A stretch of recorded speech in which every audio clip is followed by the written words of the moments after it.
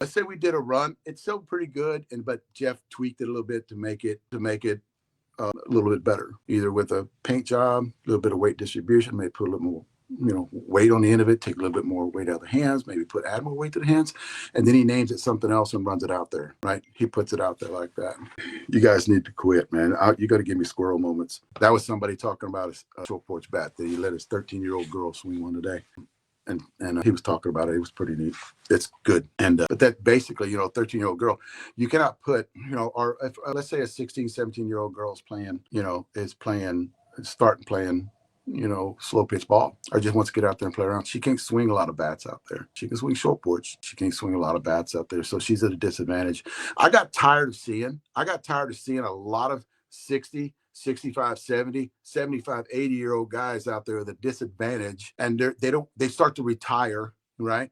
Because they say, I'm losing it. No, you're swinging a shitty bat. That's what you're doing. And I'm not calling anybody out, because there's a lot of good bats out there, right? I'm not saying to everybody. I'm just saying the bats that I saw you with, you never should be having your hands. Ladies, the bats I see you with, a lot of times you should never be swinging. But what short porch does is educate you a little bit, the movement. It educates you a little bit on, Jeff is always, you should see how many times he's called me, since he's been there, not talking about USSA, but just talking about ideas that he has. And I'm writing them down, right? Because I got to talk about them later.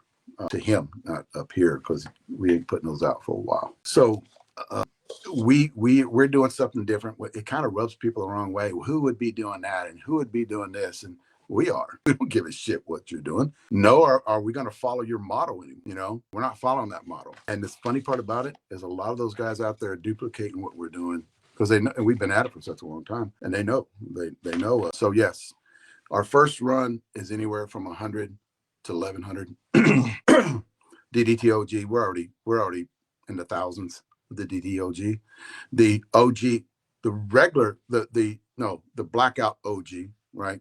Because a lot of people get confused about the OG, right? There's still people looking for that OG. But now we did a OG, which is I hit it the other day. You guys go watch the video, Facebook Live.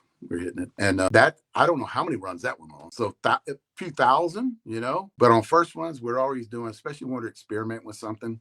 We want it, Jeff wants to put it out there. Don't have time to do R&D on it. I'm just going to order it and we'll get it in here and we'll just put it out there. And it goes good because material does a lot for us. A lot of good stuff for us, where we have our material, where we get it from, stuff like that. But yeah, and who cares? Who gives a shit about how many runs we're doing? We're not bothering you. Why are you talking shit? That's what I understand. But that was somebody, and I read what he said. Not only do they take screenshots of it and they'll send it to me.